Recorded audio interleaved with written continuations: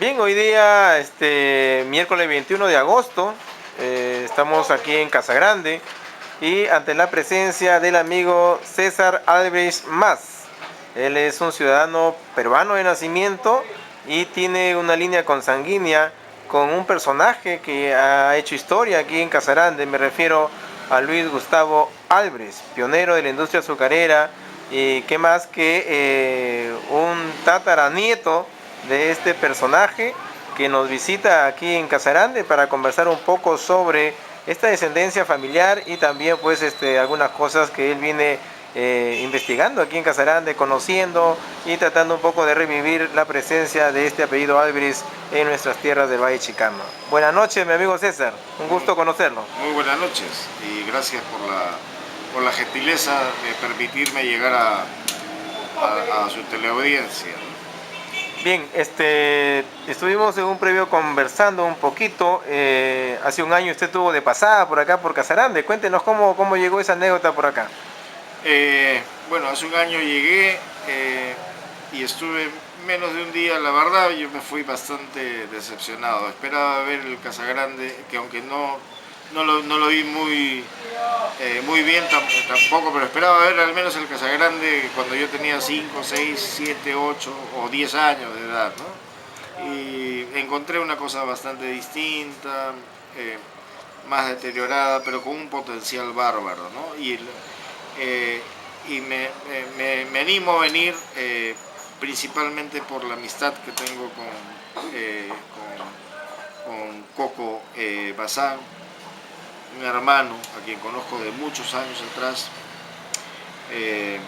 una persona altruista que le veo mucha similitud con las características de mi tatarabuelo, de Luis Gustavo Albrecht, no solamente por su recorrido, sino por, por, por, por, por lo altruista, y lo he visto incluso siendo reconocido en los Estados Unidos, nombrándolo ciudadano honorario en California, en una ciudad de California, el estado de California en los Estados Unidos, ¿En en qué, el en año qué- en qué 2003. momento conoció usted a Jorge Bazán? Bueno, fue un poco antes y ahí ya me di cuenta de lo que era una persona altruista que siempre buscaba la mejoría para nuestro país, sobre todo para Casagrande, un hombre que ha tenido el recorrido por Alemania, igual que mi abuelo, Estados Unidos, igual que mi tatarabuelo, perdón, y luego en el Perú. Coco, al igual que mi tatarabuelo, se ha podido quedar en Alemania, en Estados Unidos, y no venir a ser patria. Entonces hay un símil en el altruismo que hace que yo tenga mucha afinidad con el señor Bazán. Ante una invitación personal de Es una Jorge invitación, Bazán, sí. usted ha venido a pasear por acá por Casarande. Sí, he venido a pasear, a conocer, a visitar sitios que se pueden repotenciar, que se pueden eh, renovar, volver el aspecto histórico, también ver el aspecto cultural, ver otras cosas que Casagrande de repente ha perdido con los años. Yo sé que el tiempo pasa y es inexorable, no perdona, las cosas se transforman, pero el hombre no debe transformarse para mal, debe mejorar, la humanidad debe mejorar. Usted tiene 49 años, es 49 años. abogado de profesión de la Universidad de Lima, tiene una consultoría de asistencia profesional, abogados consultores, se ha realizado como profesional, ahora está ya algunos días aquí en Casarande. ¿Cuánto va a durar su estadía? Bueno, prácticamente una semana, quiero regresar, voy a regresar en una semana o un par de semanas. Pero usted radica en la ciudad de Lima. Radico en la ciudad de Lima. Sí. Hasta la fecha, ¿qué ha encontrado? Haciendo un poco el análisis comparativo de aquellos tiempos de su infancia que me manifestó que había estado aquí en Casarande y ante las circunstancias de ahora que ya ha recorrido en parte Casagrande, ¿qué le parece Casagrande actualmente? Bueno, es una ciudad que tiene un auge económico en base al comercio, pero que puede ser explotada turísticamente,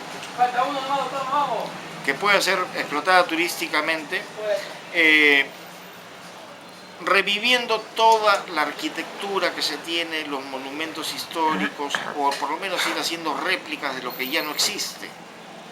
Inclusive veo con cierta nostalgia que en el reloj donde estaba la frase latina tace, ora, et labora, guarda silencio, calla, reza y trabaja. Ahora dice solamente Casa Grande, como promocionando la empresa, como diciendo este micro feo. Está todo eso bien, pero o sea, se tiene que preservar lo histórico. ¿Por qué se tiene? Porque es la identidad del pueblo, es la identidad de las personas, del casagrandino, es la identidad de la ciudad como tal, por más foráneos que pueda recibir, por más inmigración que pueda recibir. Y se está desperdiciando mucho al dejar que se deteriore casas como el Palomar, que es tan bella arquitectónicamente. Ahora uno la ve en ruinas, pero se puede remodelar, se pueden hacer cosas interesantísimas. Si nos trasladamos un poquito a la historia, y no un poquito, sino unos buenos años atrás, en la presencia de Luis Gustavo Álvarez, su tatarabuelo, que es pionero de la industria azucarera aquí en el Perú, especialmente en Casa Grande, donde se quedó pues la gran enseñanza, y hasta ahora, ¿no? Así lo es, la gran producción azucarera en el país. Cartabio y Casa Grande proveen pues de un alto porcentaje de consumo de azúcar en el país, y eso hasta ahora nadie lo puede cambiar. Su tatarabuelo llegó por acá en 1856 aproximadamente, que compró Facalá, Sausal, Casa Grande, en 1862, ya proveyendo un poco la visión azucarera aquí en el país. Y todo eso significó para el casarandino una época, ¿no? Una época de trabajo, una época de poder empujar un poco el desarrollo agroproductivo en base al azúcar, y realmente nos dejó un lema y un símbolo productivo que hasta ahora se utiliza, pero que no da resultados como antes lo daba. Y es más, hay una gran diferencia en el tema del empresario de hoy, azucarero, y el empresario de ayer. ¿Qué opinión merece usted lo que hasta ahora ha podido conocer de repente en el tema del manejo de Gloria de esta empresa? Bueno, por oídas, bueno, yo entiendo que los tiempos cambian, pero lo que no debe cambiar es el ser humano. El ser humano debe cambiar para mejor. Es decir, Casa Grande, en la época de mi abuelo, y inclusive en la época de los Hindemeister también, que ya recibieron hecho Casa Grande. Casa Grande era la productora número 1 en el mundo de azúcar, conjuntamente con Hawái y Cuba. No podemos decir que era la tercera, la segunda ni la primera. Hawái, Cuba y Casa Grande, Perú, eran los primeros productores del mundo. Dudo mucho que el Perú sea el primer productor de azúcar ahora en el mundo. Eso definitivamente se ha perdido. El sentido de comunidad, el sentido de tener almacenes, el sentido de ser de todos empujar el mismo carro para contribuir a que sean el número 1 en el mundo, eso no solamente lo pudo haber hecho mi abuelo, lo tuvo que haber hecho y lo hizo con la gente de acá, la gente casagrandina. Y él era un alemán con corazón peruano, porque llegó acá, se enamoró, se casó y se enamoró del país. Y no regresó más a Alemania, salvo un viaje que tuvo a Argentina, para justamente tratar de implementar un nuevo ingenio azucarero allá, que a la postre resultó dedicándose a la ganadería, de lo cual se encargó el hermano.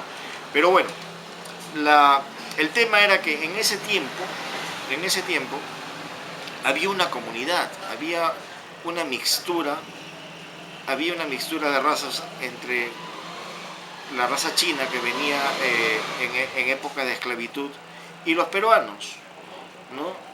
Pero él crea una moneda para que el esclavo no se sienta vejado y vaya a un almacén a comprar todo aquello que necesita y de primera calidad. Y ahí se encontraba con los peruanos. Y entonces, de tanto encontrarse, se identificaron y formaron pues una comunidad. Entonces, dentro de Casagrande, incluso cuando pasaba el contrato de 8 años, que el Estado imponía al inmigrante chino para poder ser libre, no se querían ir, porque tenían todo, tenían absolutamente todo. Habían encontrado un elemento en el hábitat donde se desarrollaba que acondicionaba un poco al bienestar que ellos querían y que estaban buscando en ese tiempo. Así es, igual que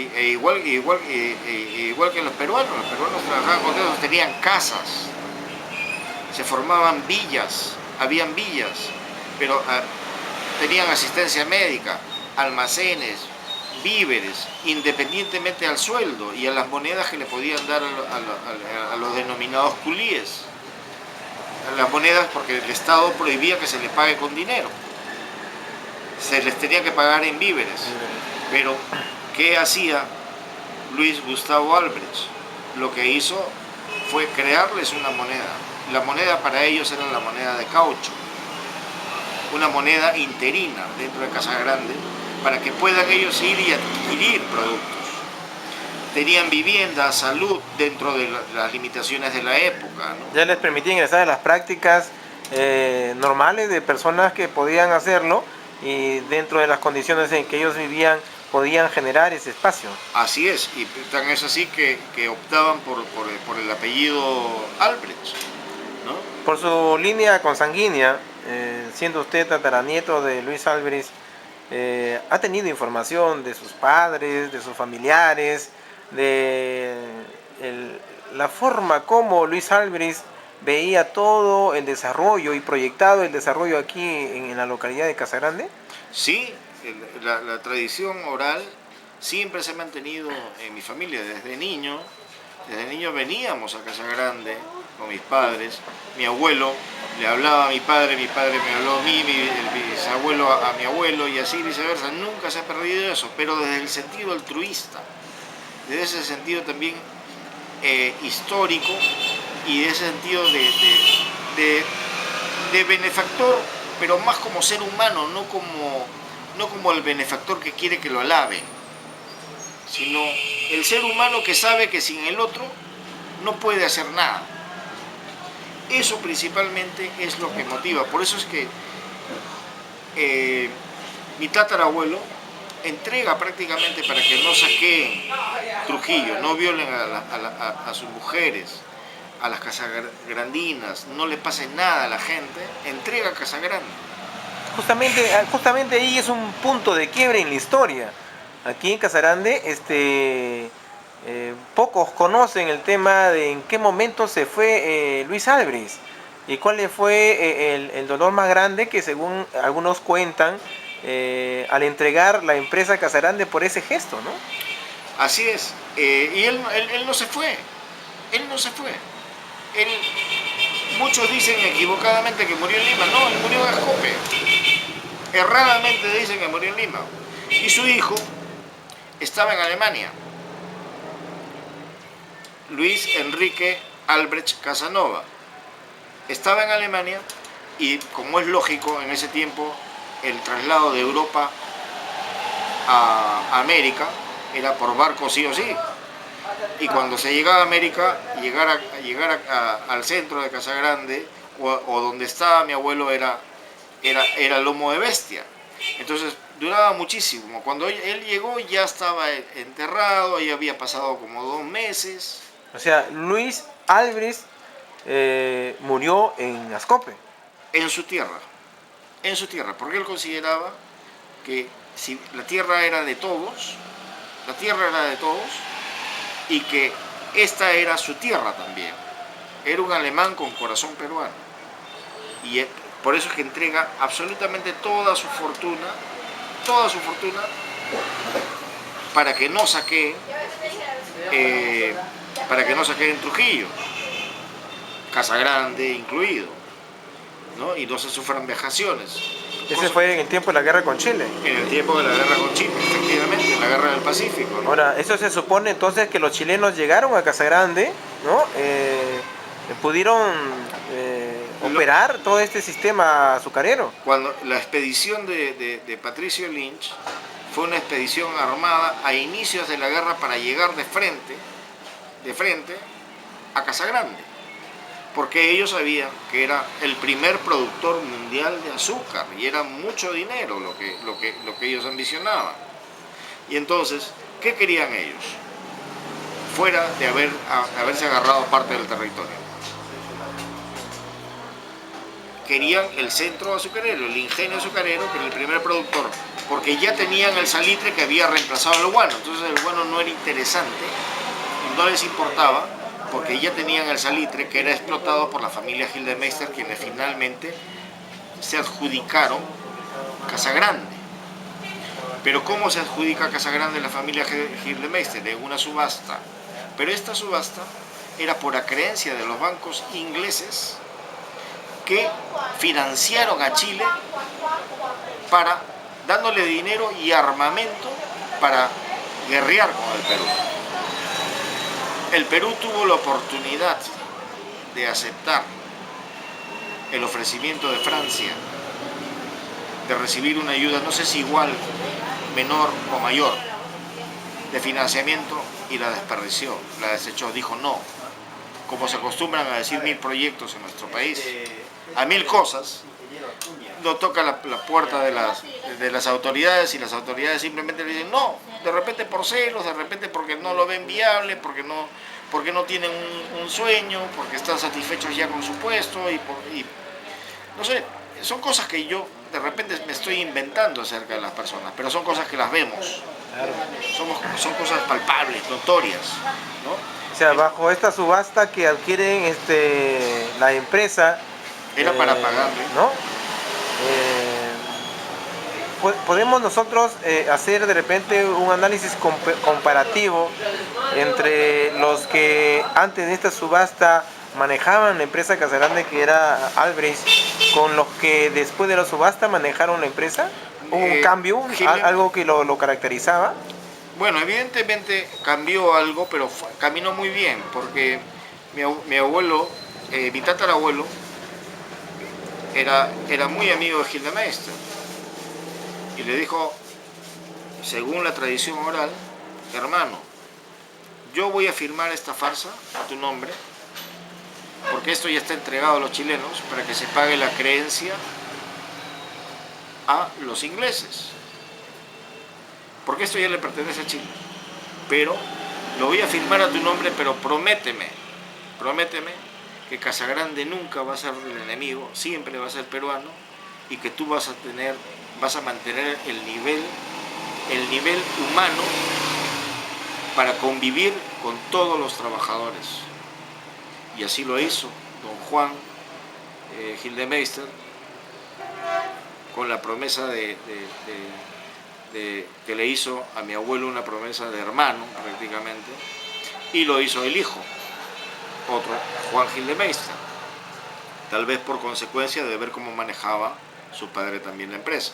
Pero don Juan Gildemeister ya encontró la empresa hecha, porque para ser la primera empresa en el mundo en producción de azúcar, Luis Gustavo Albrecht tuvo que traer en ese momento lo más moderno que existía. Ya no se hacía azúcar al lomo de buey, el trapiche se movía al lomo de buey, eran máquinas a vapor, puso el primer ferrocarril industrial en América, al menos en esta parte del continente, ¿no? Puso en los años, en 1862, que más o menos ya hace presencia Luis Albrecht aquí en Casa Grande con el tema azucarero.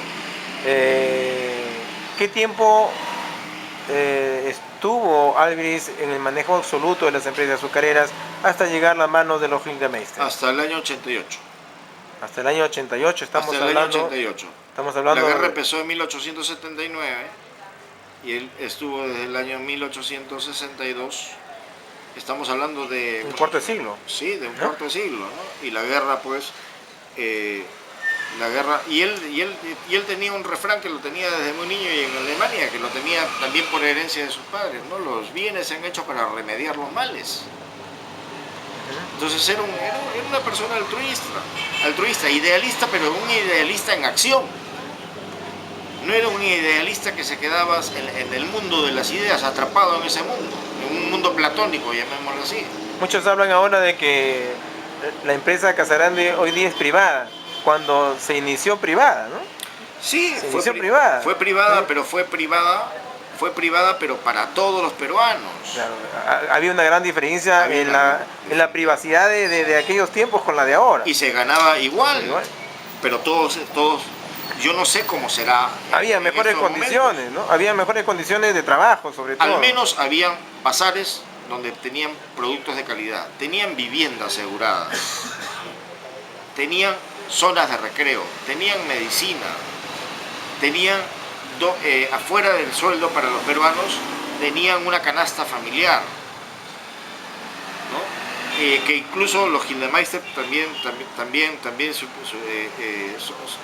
sostuvieron en el tiempo, al menos con un saco de azúcar. Claro, Gildemeister replicó lo que hizo Albrich, ¿no? En el tema de desarrollo.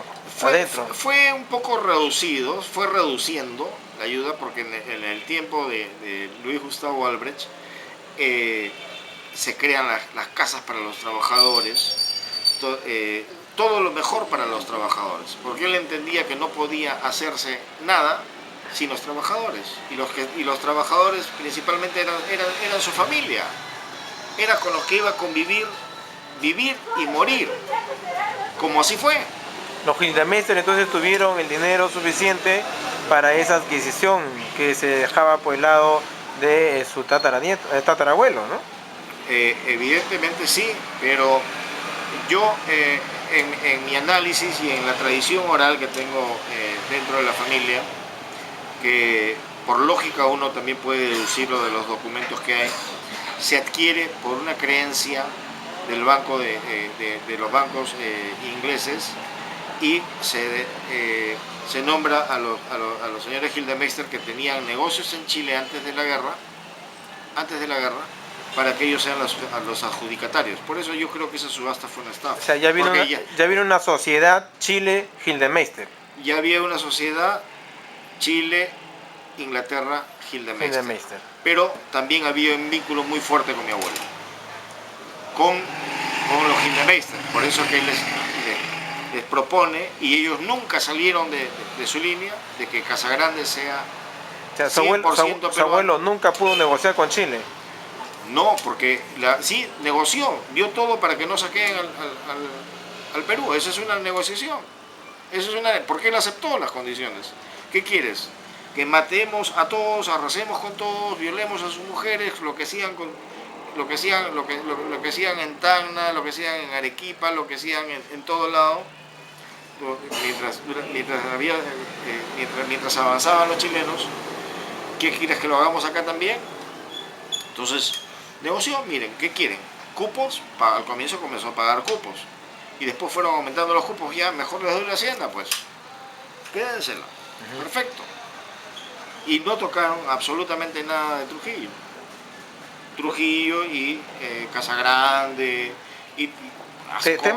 un tema que poco se conoce en el sector, por decir, educativo. Algo se habla. Tenemos al profesor Luis Chuquipoma, hay otros escritores que traen la historia vivida en aquellos tiempos, que permite un poco narrar los hechos.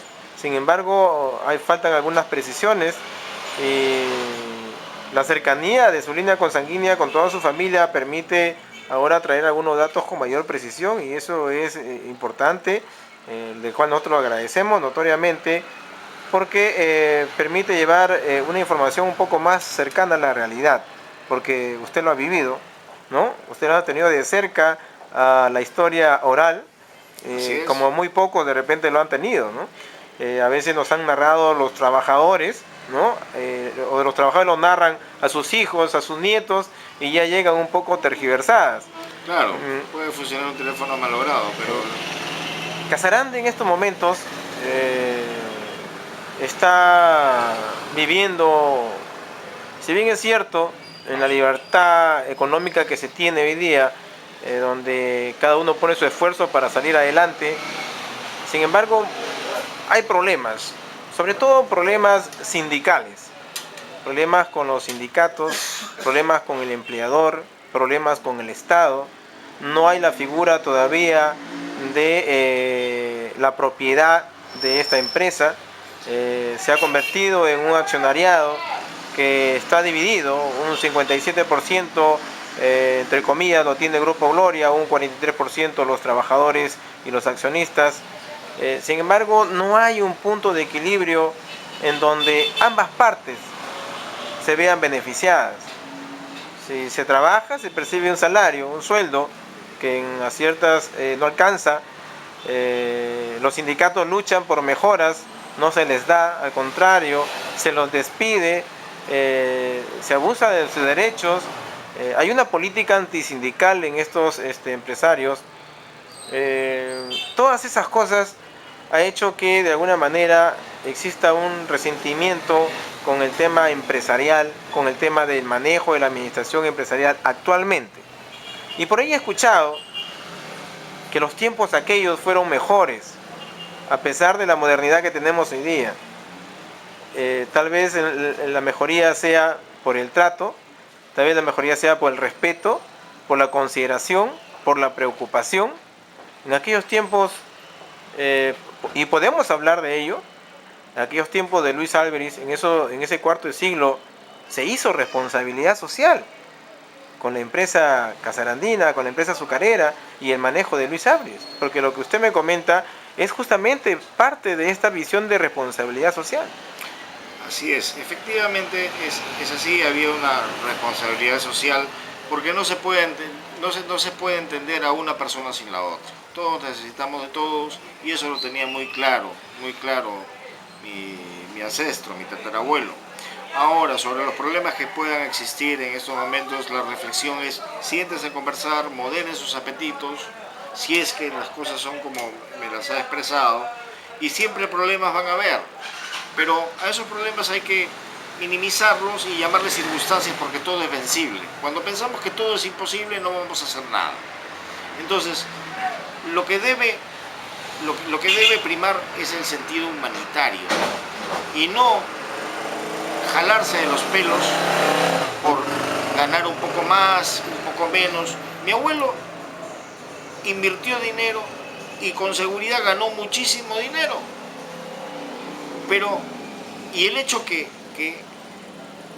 haya tenido ese trato de iguales con la gente que trabajaba con él y entre comillas para él, no lo hizo que gane menos.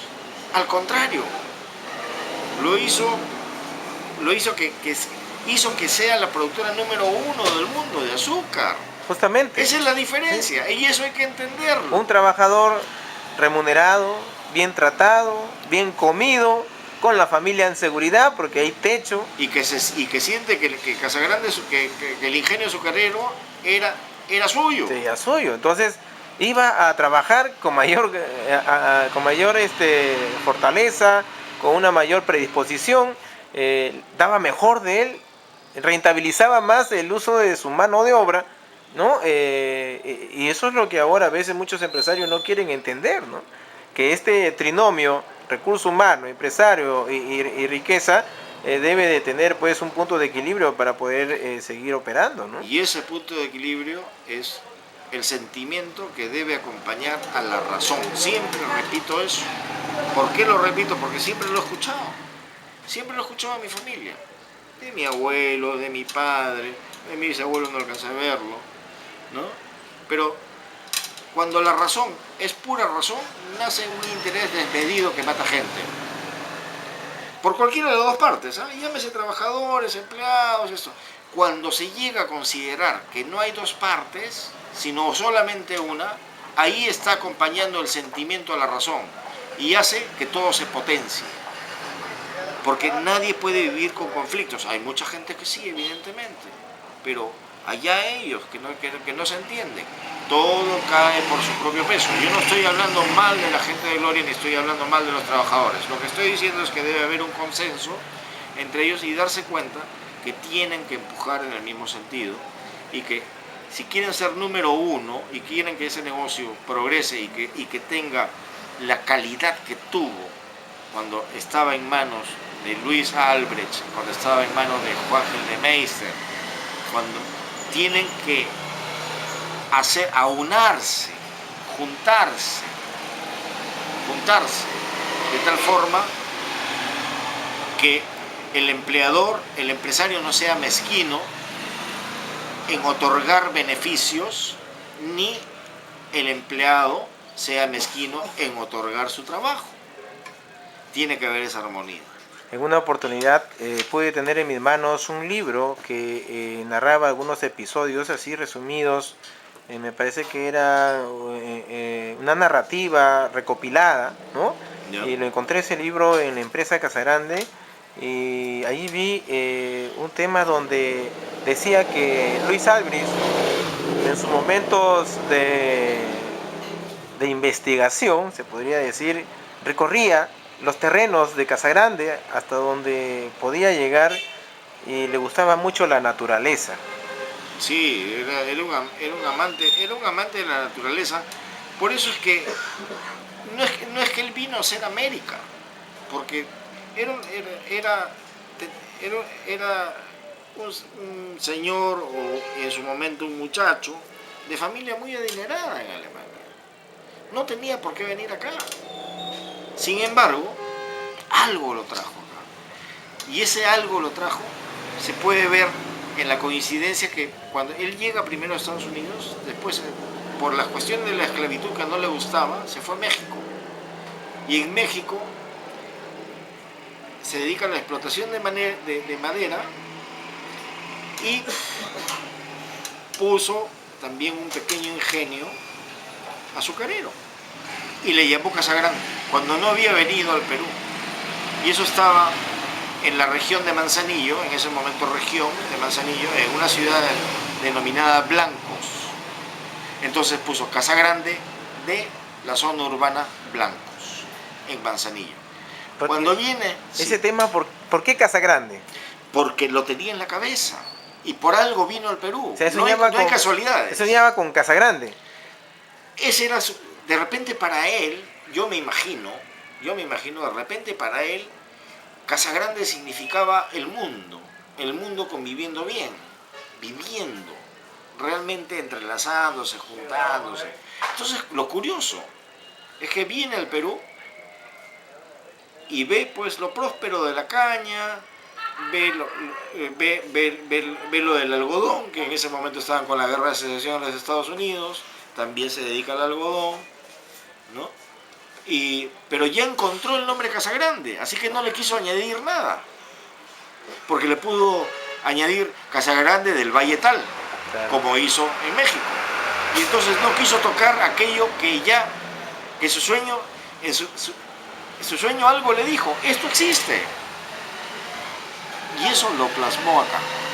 Y él se quedó acá y murió acá. Se replicó acá con la construcción de una casa bastante grande y eso se fue haciendo una expresión costumbrista y Casagrande y al final esto ya venía de un pensamiento atrás, ¿no? Ya venía de un pensamiento atrás porque él no había pisado el Perú y ya le había puesto Casagrande. Ya había hablado de Casagrande. Ya había bautizado un fondo en Casagrande en México sin haber venido al Perú ni saber que existía Casagrande, una localidad llamada Casagrande en el Perú.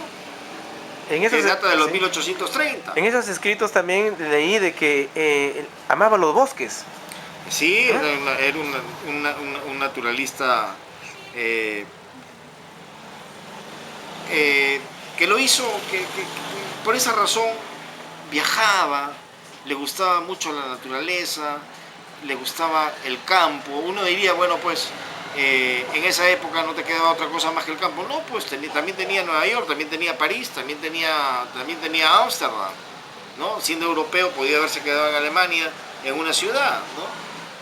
Pero no lo hizo así. Él fue un ingeniero agrónomo, le encantaba, por eso que fue ingeniero agrónomo,